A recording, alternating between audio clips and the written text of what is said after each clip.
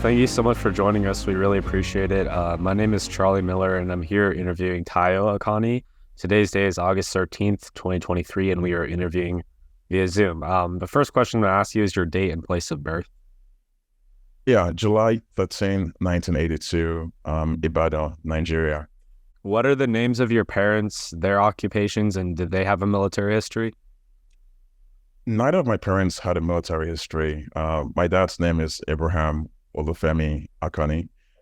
He was in academia for a while. He was a professor and a research scientist, but is now a pastor. And my mom's name is Oluwaseun Akanni, and she was a teacher before transitioning into a nurse. I mean, that's her current occupation.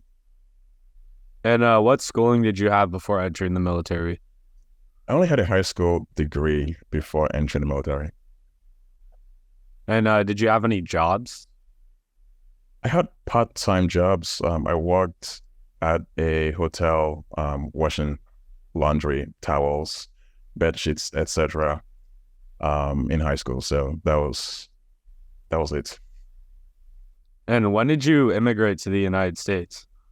When I was 12 years old, so moved here with my parents. My dad received a research grant at the University of Minnesota, and we all moved there with him.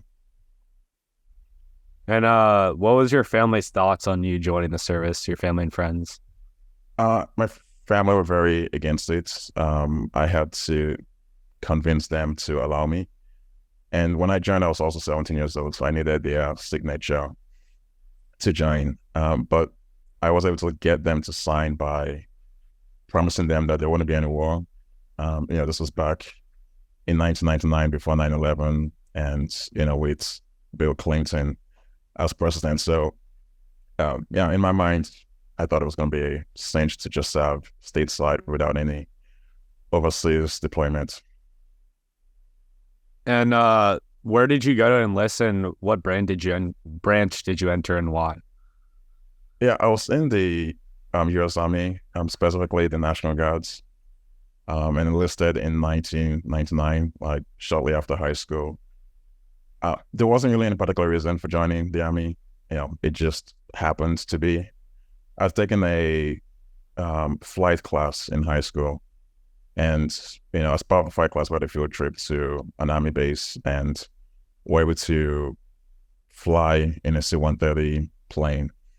And during that flight, the pilots and the Army soldiers had opened up the hatch of the plane to give us a glimpse into what our world could be like in the Army. And they were like, if you join the Army, you could be a paratrooper and jump off this plane. And so, that appealed to me then. And not long afterwards, I signed and joined. And was it like a local recruitment office that you signed up at?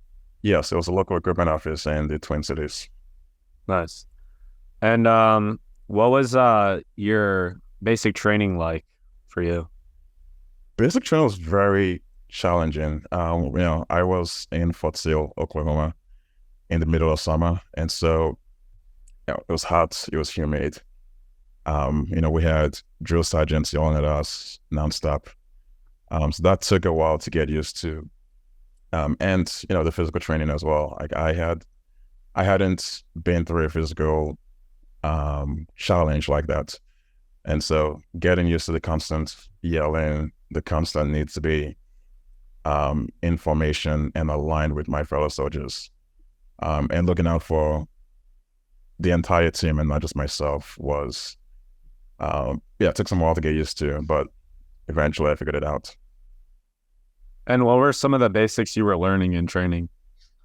It was a lot of things, learning how to, do as many push-ups as I could in 2 minutes, learning how to fire a rifle or detonate a C4 mine, taking some med classes to learn how to, apply tourniquets, I'll stick, my fellow soldiers with needles, if need to, learning how to having a chemical biological class and learning how to deal with tear gas. and being in a room filled with tear gas and, staying there for as long as possible before we got ushered out, learning to march for long hours, for 12 miles as part of the road march requirement of basic training. So yeah, it was a lot of different buckets that we had to um, fill, from medical certification requirements to physical challenges and weapons as well. And did you do more schooling after basic training, or did you have your first assignment? I did do more schooling. I went to shortly after that, like within a week, I was off to my advanced initial training, AIT, which was also in Fort Sill. And so, my job as a field authority surveyor was to pretty much provide alignments across various Army elements on where we are, on Earth, what the ground coordinates were. And so my job as a surveyor was to, during my training, I took classes to learn how to, provide the eastern and northern coordinates, to, to tanks, to meteorologists, and to other like fire mission units that would need that. And so it's lots of, GPS work. We had a position azimuth determining system vehicle that I had to learn how to operate, as well as learning how to use a compass. And what time, did you get out of that schooling before 9/11 or after? I did get out of that schooling before 9/11. I finished both basic training and AIT in the summer of 2020. And what was your first assignment after your schooling? So my assignment was just heading back to Minnesota, because this was in the National Guards. I could still have my day job, and so I was going to school and then going to training on the weekends. And so, I would just my unit was in Brooklyn Park, Minnesota, so I would just go there one weekend a month, and during the summer I would have a 2-week assignments in Camp Ripley in Minnesota, where we'd conduct various Army missions. And so what was your reaction like watching 9/11 unfold, and you didn't really have this expectation you were going to have to do that much commitment, I guess, like going overseas? Yeah, that was quite a shock. I remember I was on my way to school. I had a theater class at like 9 a.m. that morning, and I just got out of the shower, turned on TV to watch what was going on, and all of the news programs had,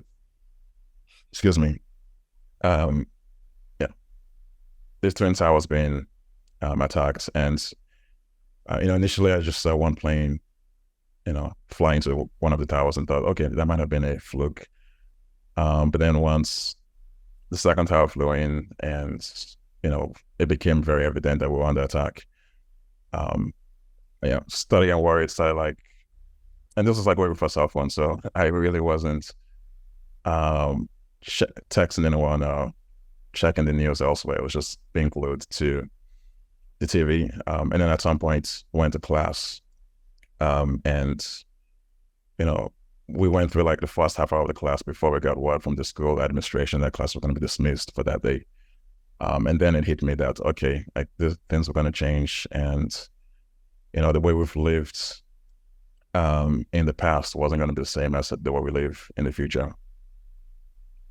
And like, did you know in that moment, like you were going to have to give more to the U.S. Army, or did you not really know what to expect? I didn't think, we would be called, because I was in the National Guards.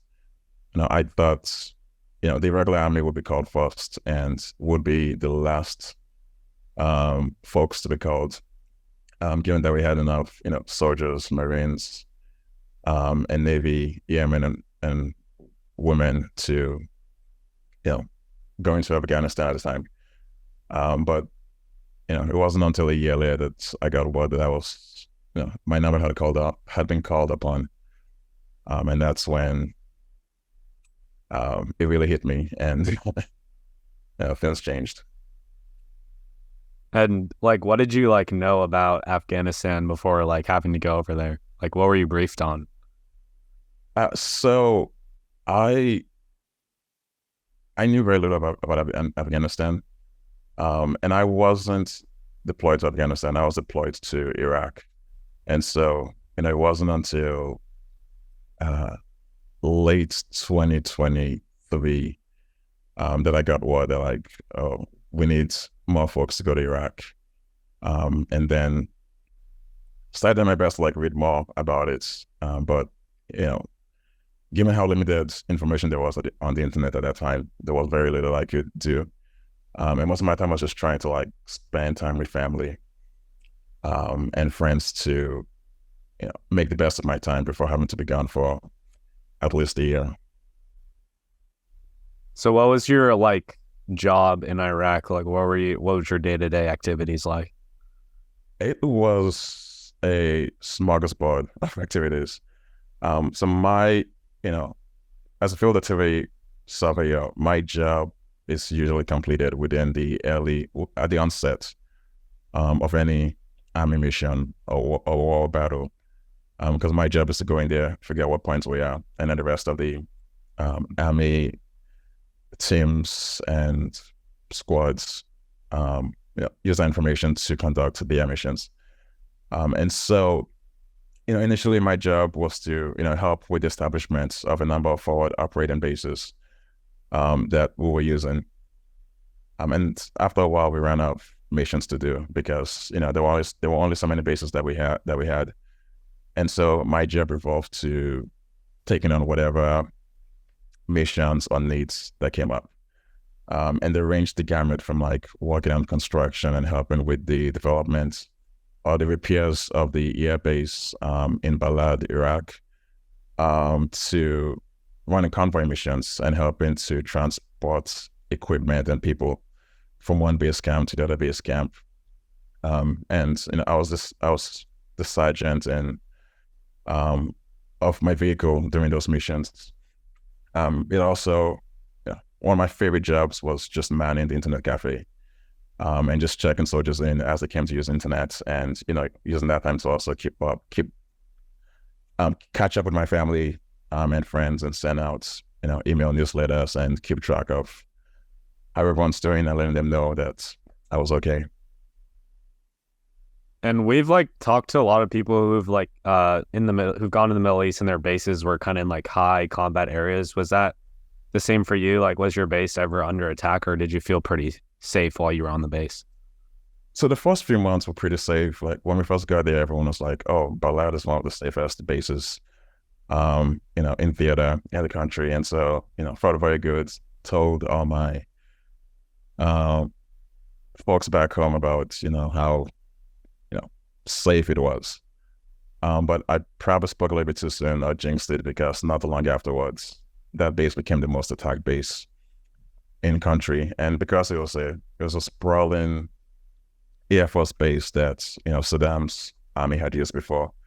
There was a lot of areas and vulnerability, and it was big enough for rockets and mortars to hit. And so, it definitely changed, how I moved around the base. So, previously I could move around without putting on my Kevlar jacket or even my rifle in some instances, or my helmet. But once those attacks started occurring, we had to, get all our gears on, even if we wanted to go to the restroom or to the kitchen. And so the rest of my time there, we just adjusted to the new way of how things were, and just be on guard for like anything that could happen. And did the army have like a counterattack or defense for those mortar attacks and rockets, or was it kind of just like zero hits and hope for the best? Yeah, so that's a good question, because my unit's job was to figure out where those rounds were coming from. So we had radars, we were a target acquisition battery, and so our job was to trace, those mortars and rockets coming to base and figure out where they're coming from, and then send the the QRF, the Quick Reactionary Force, to mitigate those forces.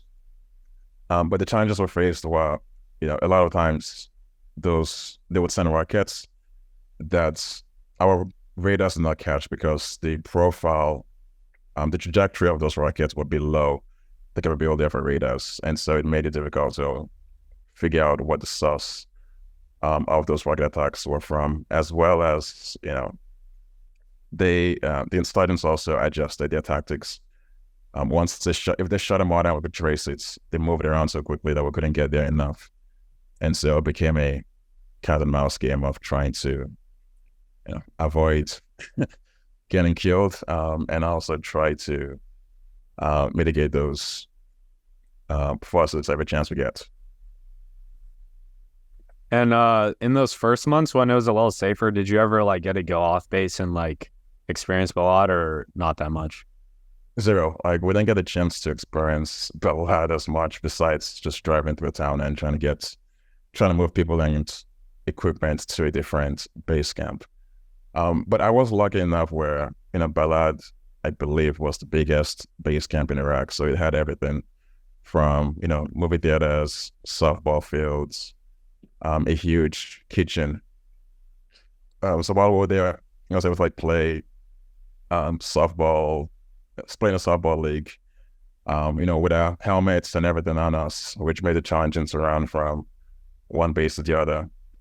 Also, I got a chance to see some USO events where we had the late Robin Williams come and do a comedy routine while we we're there. So, and then, we had a huge movie theater, so I would see some of the latest blockbuster movies on camp. So it was nice having that ability to distract ourselves from what was going on from time to time.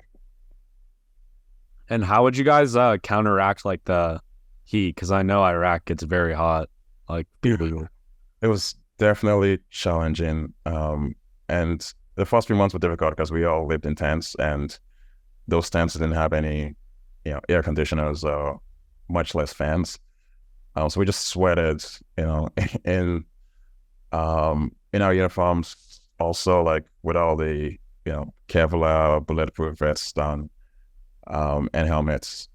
Eventually, we got moved to containers and trailers with AC. So it was very helpful having those and being able to adjust and not sweat too much. But, every time we did have a mission outside, or we were pulling guard duty, we were definitely exposed to the elements, to the heat, and, just figure out a way to deal with it because that was the job, and, it wasn't exactly San Diego.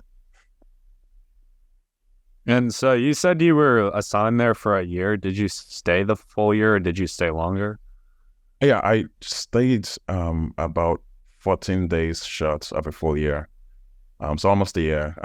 Once we had replacements on base to take over my unit's responsibility, they started sending us back home. And so we eventually, left Iraq through Kuwait to come back to the States, just short of that 12 months period. And did you see much progress in the war the year, from when you got there to when you left, or was it pretty much the same? It was pretty much the same. Like I said before, it was just a game of whack-a-mole where, we'll get attacked, we'll try to, address that and, take out the enemy, but, somebody else will pop up, and, it just felt like it was going to be a quagmire, a long, entrenched war for a while, because no side was winning, and no matter what we did, it just didn't seem to be making much of a difference. And so what did you do when you get home? Did you have another assignment? No, as soon as I got home, I just kissed the ground and loved being back in the States. And my contract was expiring not long afterwards. So, I got back in the spring of 2005. And, the active component of my contract ended that summer. So I just had like a few more drills to do, and then once that active component portion of my contract was over, I became an inactive reserve. And I didn't. Yeah, I was just on the books, but wasn't active by going to drills. I was just on call for another possible call up. And I just used that time to transition back into civilian life, finish my education, and start working full time. Can you tell us a little bit about your family, and their reaction to you being home? I'm sure they were terribly worried about you being abroad, and maybe even, were you able to keep in touch with them, call home, or how did the kind of family side of your service work? Sure, yeah. So given that my family, we're all immigrants from Nigeria, it was definitely a challenge for them to see me go to Iraq, and not be able to communicate with me freely. And they were very against me going and trying to find loopholes. They looked into, was there exception for, the only son in a family to not have to be deployed, but that didn't end up going anywhere. But I was lucky because we live, like, my base in Balad was equipped for everything from the internet cafes to the phones. And so I was able to keep in touch with them on a regular basis, at least once a week, and be able to send, email updates or give them a call on the phone cards that I had, or even, use Facebook at the time to check in on them and give status updates. But also not providing too much information where the enemy might hack into our systems and find out what we're up to, and also not giving too much information to get them too worried about what I was doing. But coming back home was definitely very joyful, and was able to just hug and spend just feel spend time with my both my sisters and my parents. My dad's very stoic, and so he doesn't really show a lot of emotion, but seeing him after I'd come back, he for the first time in his life said that he loved me, which was very touching. So it was good. The experience definitely helped us say things that we otherwise would not have said in a normal world. And another fun memory was just coming back back home to the Twin Cities, and having my friends throw me a surprise party where I just showed up to someone's apartment and they were all waiting for me to welcome me. So it was definitely touching knowing that after the length of time that I was away, and also the pain of going through not knowing if I was going to be around tomorrow, seeing people die, the loneliness of being overseas, having that just come to a conclusion with my friends, with my family around me. It's one of the most special moments in my life, and one that I'll never forget. Great. And what was it like, kind of transitioning back to civilian life and going back to school and getting a normal job after you just lived this crazy experience?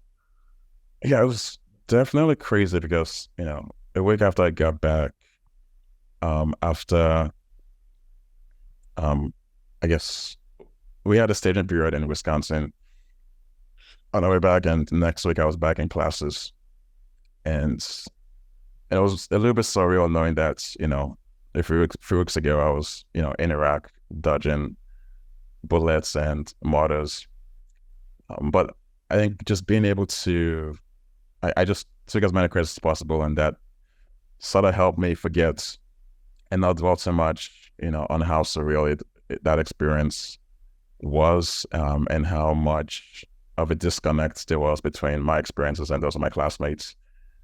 So that sort of helped me just put my head down and concentrate on finishing school and graduating.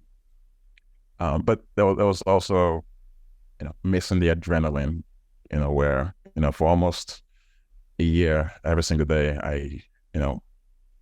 it's kind of like playing tag with death and like escaping. And so, coming back, I felt like, oh my gosh, I need something, adrenaline, something with adrenaline to like keep that routine I had for a year. And so, I ended up buying a Mustang and driving,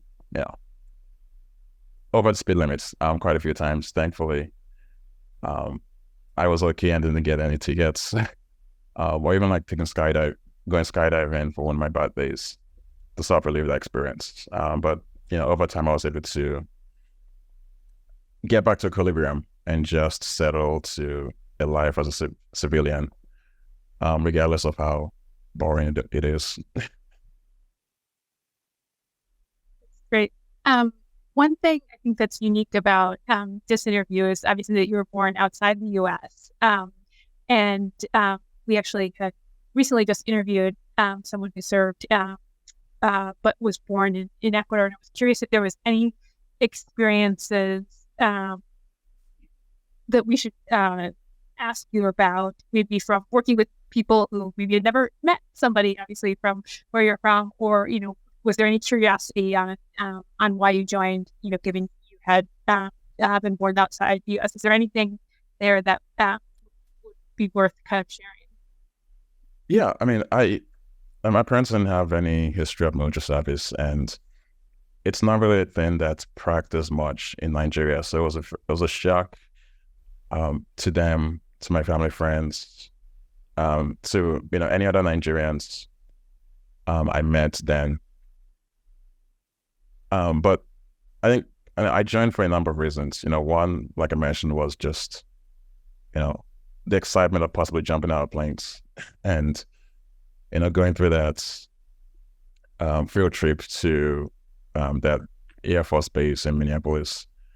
Also joined, because I didn't really have them in scholarships to go to college, so this helped me pay for that. And then finally, just knowing that I had a lot more opportunities, in America than in Nigeria, and so being out here provide me with a lot more opportunities than I otherwise have had. And I was very thankful, to America for opening doors to me to allow me to go to school, get a job, live in freedom. Because I remember, being back in Nigeria and just always feeling like we're always being watched, because it was an authoritarian government.